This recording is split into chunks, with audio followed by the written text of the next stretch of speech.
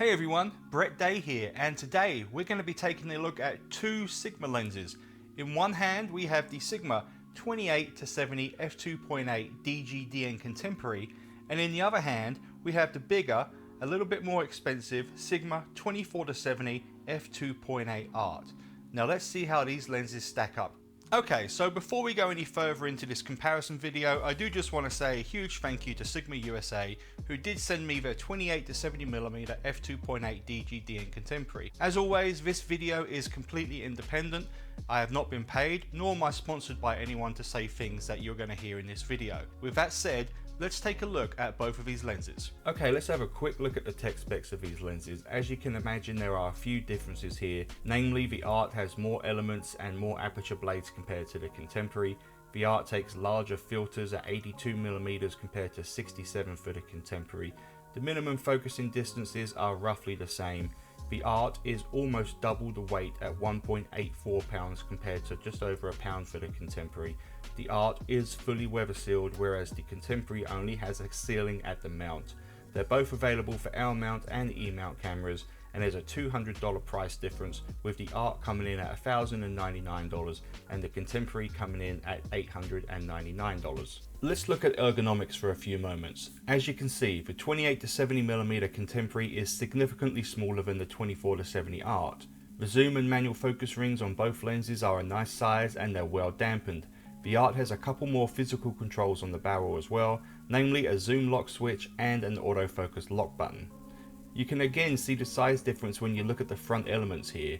This is the difference between a 67mm front element and an 82mm front element. The Art is a substantial piece of glass, but it's not unwieldy. The Contemporary only has a gasket at the mount, while the 24-70 Art is fully weather sealed. Here you can see how far the barrels extend when at 70mm on both lenses. You can also see here that the Contemporary has an all plastic body, while the Art is a mix of plastics and metal. It just feels so much nicer overall. Overall though, both lenses feel really nice in the hand. The Art will definitely stand up to more abuse, but the Contemporary will help keep you nice and nimble. If you value smaller lenses for your mirrorless cameras, you may like the smaller 28-70mm better. Okay, let's talk autofocus. Both of these lenses are snappy and accurate in both good and low light in single focus modes. Both lenses also perform roughly the same when in continuous focus modes. Both have the same amount of pulsing, which will frustrate videographers, but it isn't problematic for stills. When it comes to focus breathing, there is a slight difference though. The Sigma 28-70 DGDN Contemporary exhibits hardly any focus breathing. The 24-70 Art though breathes a fair amount. Just keep this in mind if you want to shoot video with the Art. Right, let's talk about sharpness. Now I have noticed some interesting things here in these tests. Now I shot both of these lenses at their widest focal lengths at 45mm and at 70mm while at f2.8. This is just so you can see the center, edge and corner sharpness wide open. Just to note though, both of these lenses have edge to edge and corner to corner sharpness once stopped down to f4, and they both stay sharp down to f14. Right off the bat I noticed something quite interesting. The Contemporary is sharper than the Art in the center of the frame when shooting at their widest focal lengths. This was a little surprising to me, as I thought the Art would walk away with this test. It's not a huge difference, but it's definitely there. Corner sharpness is not great on either lens at their widest and when shooting at f2.8. Sharpness at the edges also suffers a little too, with the Contemporary lens perhaps being a tad sharper at the edges. Both lenses also have a slight vignette when shooting at f2.8, but again it's gone by f4. On to 45mm. Both lenses have equalized here. Both are showing around the same levels of sharpness in the center. There's really nothing to complain about here at all. The 28-70mm f2.8 DGDN is sharper in the corners compared to the 24-70mm Art, which again is a little surprising. The edges, however, are roughly the same with both lenses. Now at 70mm, the Art really shows its dominance over its smaller brother. I said in my review of the Sigma 28-70mm Contemporary that center sharpness drops off at 70mm. This side by side really shows it. The Art destroys the Contemporary at 70mm. I'm not quite sure why the 28-70 f2.8 DGDN Contemporary drops off so drastically here. This is definitely something to keep in mind if both of these lenses are on your radar. Apart from the odd softness at 24mm on the Art and the extreme softness of the Contemporary at 70mm, these lenses both perform pretty similarly. Let's see how well the Sigma 24-70mm F2.8 DGDN handles distortions. As you'd imagine, it's worse at 24mm, at 45mm it's not terrible, and then at 70mm you'll encounter some pincushion distortion. Now onto the 28-70 Contemporary. This lens exhibits about the same amount of distortion as its bigger brother at equivalent focal lengths.